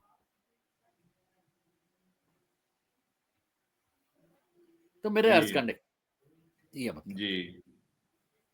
उनके कई नाटक हैं और आप लोगों ने साथ मिलकर देखे भी हैं और एक-दूसरे की रचनात्मक यात्रा के गवाह भी हैं। एक-दूसरे के पहले श्रोता भी हैं, एक-दूसरे की रचनाओं के। तो देहांतर है या पगला घर है या जिल्ले नहीं, उनके सुहानी सारे है। नाटक मुझे पसंद है। बापू है जिसका कम हाँ, लोग ज़िक्र करते हैं, बापू है उनका। जी, देहांतर है, तथागत है। तथागत है। हाँ, तो उनके तथागत तो नाटकों की बुद्ध देखिए, बुद्ध से उनको बड़ा लगाव था, लगा है हुँ। मतलब। तो नावल भी शायद बुद्ध पर ही था उनका। हुँ, जी, आप फरमा रहे थे। तो उन नाटकों के बाबत भी कुछ कहें कि एक कवि को फिर ज़ाहिर है कि जब आपने बात कही कि इतने देखिए सारे साहब, काम उन करते उन उन विधाओं में मुझे न उलझाइए, जो मेरी अच्छा, विधा अच्छा। नहीं है, एक। दूसरी बात ये है नहीं, दूसरी बात ये है कि ये भानु भारती साहब जो हैं, जी। वो जब भी देखेंगे और मुझे नाटकों पर कुछ बोलते हुए देखेंगे, तो मेरा गिरेबान पकड़ने की कोशिश करेंगे। इन इन दोनों का ये मानना है कि मैं नाटक-वाटक में कुछ समझता नहीं। तो फिर जब मैं समझता ही नहीं, तो मैं काहे को अपना वक़्त खराब करूँ और आपका वक़्त ज़ाया करूँ। लेकिन नहीं, उनके नहीं नाटक ऐसा मुझे ऐसा कुछ नहीं है। मज़ाक की बात है, जी, जी। मज़ाक की जी, बात है, जी। लेकिन वो मुझे वो प्यार करते हैं, तो फिर ये आदमी कई चीज़ें होता है। बहरहाल, जी, जी, जी, जी। तो इनकी इनके नाटकों में देखिए जो एक बात ये है कि नाटक की ज़बान जो होती है, वो ज़माना बनाती है। भानु जी का जी। तुगलक देखिए या और नाटक जो उनके हैं। तुगलक जी। इसलिए कि मैं 3-4 बार उसे देखा मैंने उसे। उसकी रिहर्सल में भी मैं मौजूद था वो जब हुई। तो वो तुगलक का ज़माना ज़बान से सामने आता है। हमने तुगलक को नहीं देखा, किसी भी पूरी कलाओं पर भी लागू हो सकती है ये बात। जी, जी। हमने हम जब ज़बान जैसे हमारे शम्स फारूकी साहब की ये नावल जो था, कई चाँद थे सरे आसमाँ। अब उसमें जो ज़बान उन्होंने भाषा जो इस्तेमाल की है, तो ऐसा लगता है कि ऐसा ही हुआ होगा। आप जो बा नरेशन जब कर रहे हैं किसी चीज़ का, उस ज़माने की ज़बान बोल रहे हैं। अब आज आप ये कहें कि दामी इकबाल हूँ, तशरीफ़ लाइए, करम बड़ा करम फरमाया, कदम रंजा फरमाया, तो आपको लगता है कि कदम रंजा फरमाया आज की ज़बान नहीं है।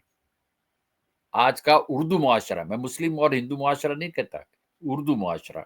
आज का उर्दू मुआशरा कदम रंजा फरमाइए और आप तशरीफ़ लाए हैं तो बड़ा मुझ पर एहसान अज़ीम फरमाया और मैं आपके दिल की अमीर तरीन गहराई वग़ैरह, वग़ैरह, वग़ैरह। ये वोकैब्युलरी हमारे ज़माने की नहीं है। तो ज़बान जो है वो हमारा ज़माना तय करती है। वो हमें ये बताती वाह! है कि हम किस ज़माने में हैं। तो आप ये देखेंगे कि ज़िल्ले इलाही का ज़माना देखिए और गुलाम बादशाह का ज़माना देखिए, देहांतर का ज़माना देखिए और बापू का ज़माना देखिए। ये ज़माना आप ज़बान से देखेंगे ना, जी, मेरी गुज़ारिश के मुताबिक। तो जी। गुलाम बादशाह भी ब यूँ समझिए कि दोनों इस्लामिक माहौल जो सियासत का है। तो इस रोशनी में इनको कभी लंबी बात करेंगे तो अर्ज़ करूँगा आपसे। जी। जी, बिल्कुल।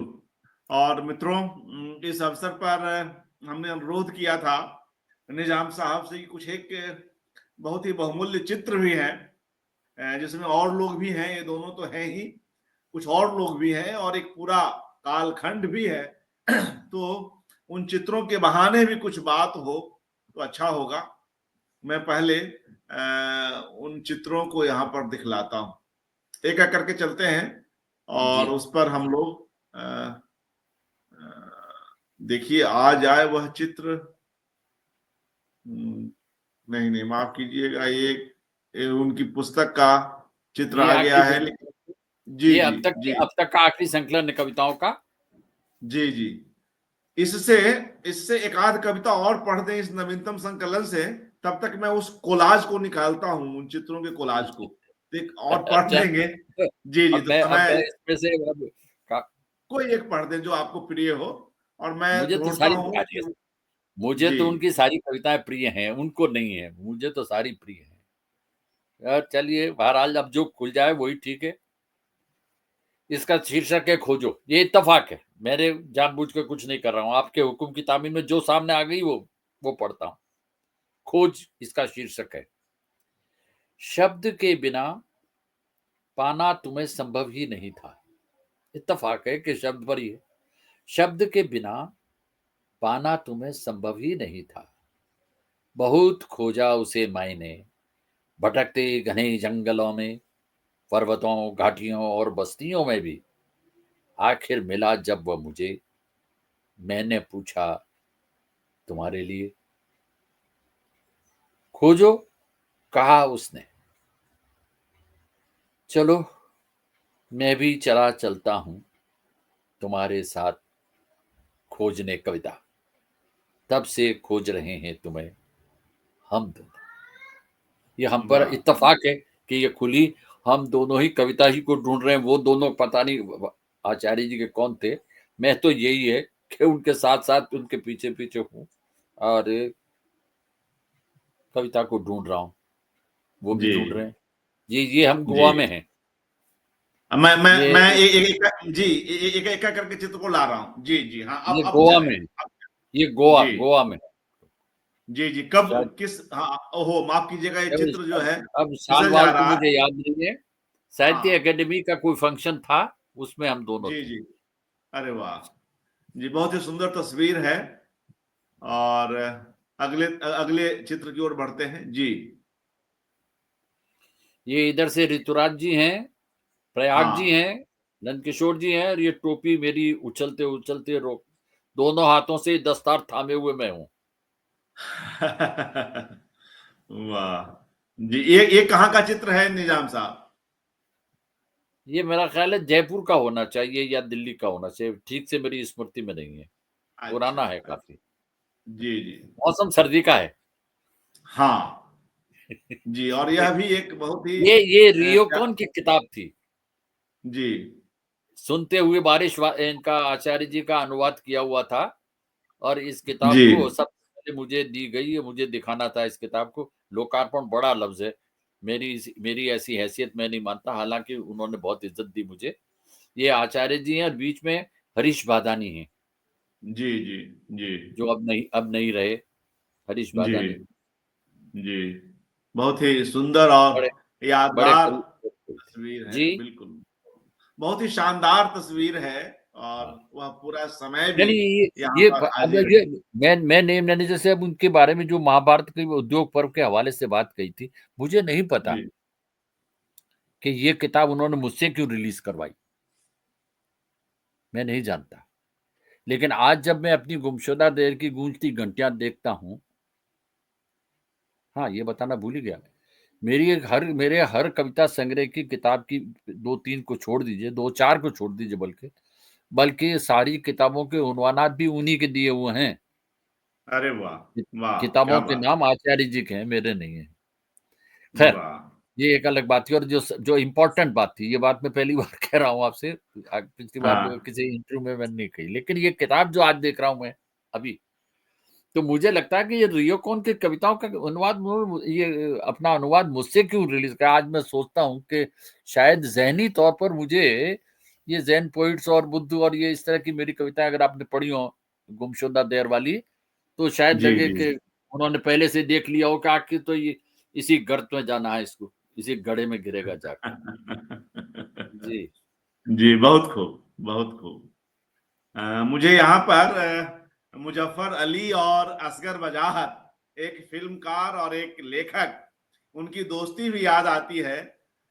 वे दोनों क्लासमेट भी रहे हैं और जब मैं मुज़फ़्फ़र अली जी पर एकाग्र कर रहा था, जैसे इन दिनों नंदकिशोर आचार्य जी पर हो रहा है, तो असगर वजाहत जी ने भी क्या खूब ढंग से मुज़फ़्फ़र अली जी से जुड़ी बातें बतलाईं और जब पाखी पत्रिका की ओर से असगर वजाहत जी पर विशेषांक निकला, तो मैंने उनकी कहानियों पर भी लिखा और एक बातचीत की मुज़फ़्फ़र अली जी से असगर जी को लेकर के, तो उसमें भी कई नायाब बातें निकल कर आई। तो आज भी बीच-बीच में जो ये दोस्ती के हवाले आए, बड़े ही खूबसूरत हवाले आए निजाम साहब, तो बड़ा अच्छा अच्छा, लगा और आप मुझे आप मजबूरियों को हवाले कहते हैं? कमाल है साहब। जी, तो आगे जी, बढ़ते हैं और जी। कुछ जी हाँ, जी। ये बड़ी नायाब तस्वीर है। ये बहुत नायाब तस्वीर है। ये इन पर केंद्रित 3 दिन का कार्यक्रम था बीकानेर, जी, नंदकिशोर जी पर। वाह! तो ये बड़ा बीच में जो खड़े हैं आचार्य जी दिखाई दे रहे हैं, इनके पास में हमारी भाभी हैं, जो अब नहीं है बदकिस्मती से हमारी, जी, ये खड़ी हैं उनके पास में। और इधर ये हरीश बादानी साहब खड़े हैं और हमारे दोस्त हैं बहुत सारे। उस बीकानेर बीकानेर की तस्वीर है ये। हुँ। जी। ये पास में बादानी जी के पास जो महिला खड़ी है वो बादानी जी की पत्नी है, भाभी है हमारी। हाँ, हाँ। हाँ, और हाँ। जी, और ये ती सामने जो बिंदी लगाए हुए हैं ये हमारी नंदकिशोर जी की पत्नी हमारी भाभी हैं। हाँ। और इनके बहुत सारे लोग तो अभी स्मृति में नहीं रहे हमारी। ये जी। चेक चेक वाला तो आप समझ लीजिए मैं हूँ, लंबी धारियों हाँ, के कुर्ते में मैं बस। बिल्कुल, बिल्कुल। और लोगों का तो मैं कुछ ज्यादा शायद ना कह सकूं। जी, हाँ, हाँ। तो आगे बढ़ते हैं।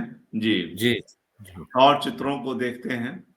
जी, यह भी एक बेहद ये बीच में अ, मखमूर सईदी साहब हैं, हाँ, हाँ। उर्दू के शायर थे, अब नहीं है। हरीश बादानी हैं, ये हरीश बादानी जी के घर की छत पर लिया गया चित्र है। अरे वाह! वाह! हाँ, जी, जी। यह तो कब की बात होगी? वर्ष आपको याद नहीं ये ना? ये ये ये भी उसी जमाने की 75-80 के दरमियान की बात होगी। अच्छा, अच्छा। जी, जी। 1975-80 के दरमियान की बात होगी। जी, और यह देखिए यहाँ आगे वात्स्यायन जी कविता पढ़ रहे हैं। हाँ, हम माइक उठाए हुए हैं और आचार्य जी सुन रहे हैं। वाह! हम माइक ही उठाने के काबिल रहे थे साहब, लेकिन एक बड़े आदमी का माइक उठाया हमने, तो ये तो वही बात है। सुन तो वो रहे और हैं, देखिए बड़े मियाँ सुन रहे हैं। यह बहुत ही खूबसूरत चित्र है निजाम साहब जी, और ये जोधपुर का है, ये जोधपुर का है। हाँ, जी, जी, जोधपुर में कहाँ का? जोधपुर में हमारे जो दोस्त के घर पे जहाँ वात्स्यायन जी ठहरे थे, हाँ, हाँ। ये वहाँ हम उनकी कविताएँ सुन रहे थे। जी, जी। और मासूमियत जो है जी। बहुत कुछ कह रही है और जिस सादगी से मतलब जिस सादगी को यह चित्र बयां कर रहा है वो बहुत कमाल का है, बहुत खूबसूरत। बहुत अच्छा था। जी, वात्स्यायन आगे जी का बढ़ते बड़ी हैं। बड़ी कृपा रही ना वात्स्यायन जी की। यहाँ भी तो हम हाँ, ये मखमूर सईदी साहब हैं बीच में, और हम कुछ टप्पे पे लगा रहे होंगे कुछ। ये लोग मोहब्बत से और दुआओं के साथ देख रहे हैं हमें, और क्या है। हाँ, हाँ, यह भी कोई ठंडक का ही समय लग रहा है ना? हाँ, बीकानेर का है ये, जी, बीकानेर की तस्वीर। बीकानेर का है। जी, जी, हाँ, जी। तो आगे कुछ एक चित्र और हैं जी। हाँ, ये जिसको सबसे पहले तो रघुवीर जी हैं।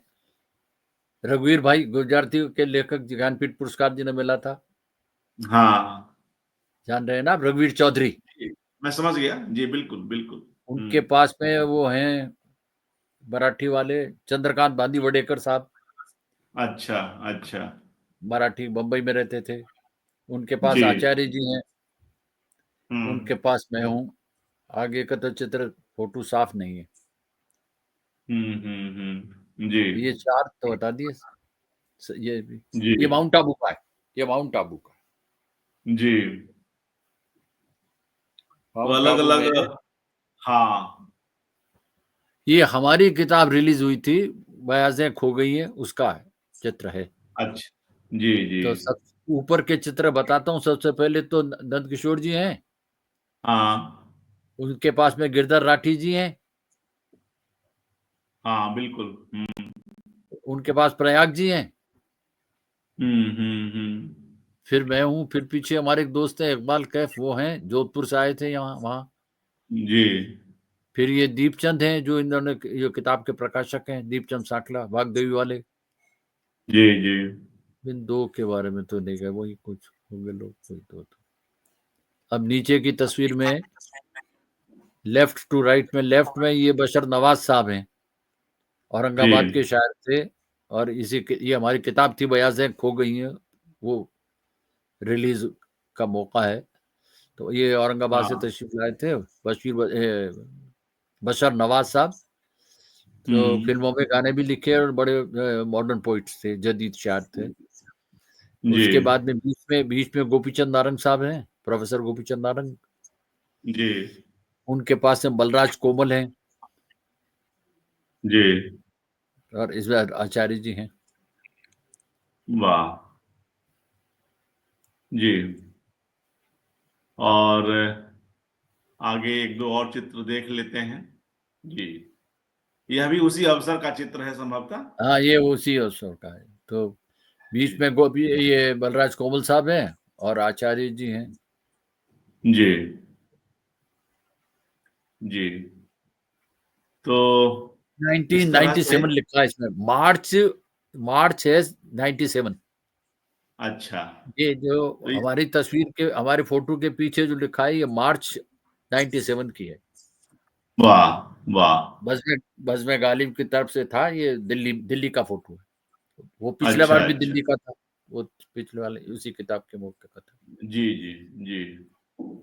तो इस तरह से एक छोटी सी कोशिश हमने की कि इन चित्रों के हवाले से भी कुछ बातें निकल कर आ सके। बहुत अच्छा लगा।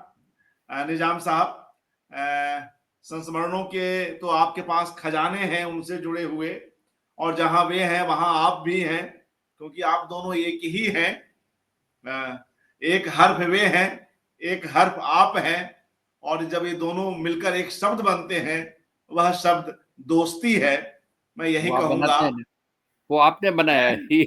अच्छा, आपने बड़ी बड़ी चतुराई से अपना अपना नाम ले लिया बीच में। आप ही ने तो बनाया है दोनों को अभी इस वक्त। 2 हरफों को लफ्ज तो अभी आप बना रहे हैं ना। मेरी कोई बिसात नहीं। तो बहुत ही अच्छा लगा और आनंद आया।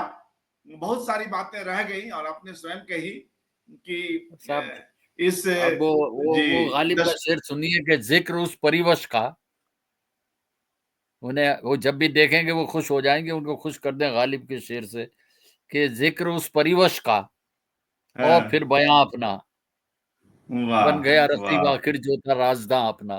तो उनका वाह जिक्र और मेरा वाह। बयान हो तो जरा लंबा तो होना ही चाहिए था, पर हुआ नहीं पूरा, हाँ, बहुत सा रह गया। अब फिर बहुत कभी सा रह जिंदगी, गया। जी जिंदगी शर्त है, जी, जिंदगी मगर यही शर्त। खूबसूरती है कि बहुत कुछ रह जाए, बहुत कुछ कहा जाए, और बहुत कुछ हाँ, रह जाए। होते देखिए, जी तिश्नगी तिश्नगी तो रहनी चाहिए ना साहब। जी जी आजकल जी आजकल अर्पण कुमार जी, मसला ये है कि हर आदमी ये पूछता है, पानी पानी कहाँ है। हम दोनों वो बेवकूफ हैं जो ये पूछते हैं कि प्यास कहाँ मिलती है। क्या बात है, क्या बात ये है। जी जब जी शायद मैंने ठीक समझा हो, जी शायद ये जी। समझा हो कि पानी तो बहुत बहुत ही जगह मिल जाता है, प्यास नहीं मिलती। पानी तो हाँ, बहुत क्या है। बात। जी काश जी के हम लोगों को जी। प्यास नसीब हो जाए तो बहुत है। वाह वाह। बहुत खूब, बहुत अच्छा लगा। देर से आए, दुरुस्त आए, और बहुत ही चलिए, खूबसूरत बातचीत। और संस्मरणों की तो चीजें और हम सुनेंगे ही, लेकिन कभी और। आज जिस तरह से आपने खास तौर से उनकी कविताओं के कई सिरों को हम लोगों के समक्ष खोले, वे बहुत ही काम के हैं। और उर्दू हिंदी के बीच आपका सिलसिला है, उनका सिलसिला है, वह सिलसिला भी किस तरह से इस पूरी चर्चा में आज एक शक्ल ले सका, यह बहुत ही गजब की बात रही, मैं यही कहूंगा। बहुत बहुत शुक्रिया निजाम साहब, धन्यवाद हमसे जुड़ने के लिए। Thank you. और मित्रों, नंदकिशोर आचार्य जी पर अगली कड़ी में हम फिर मिलेंगे। नमस्कार, हमारे साथ जुड़े रहिए, धन्यवाद।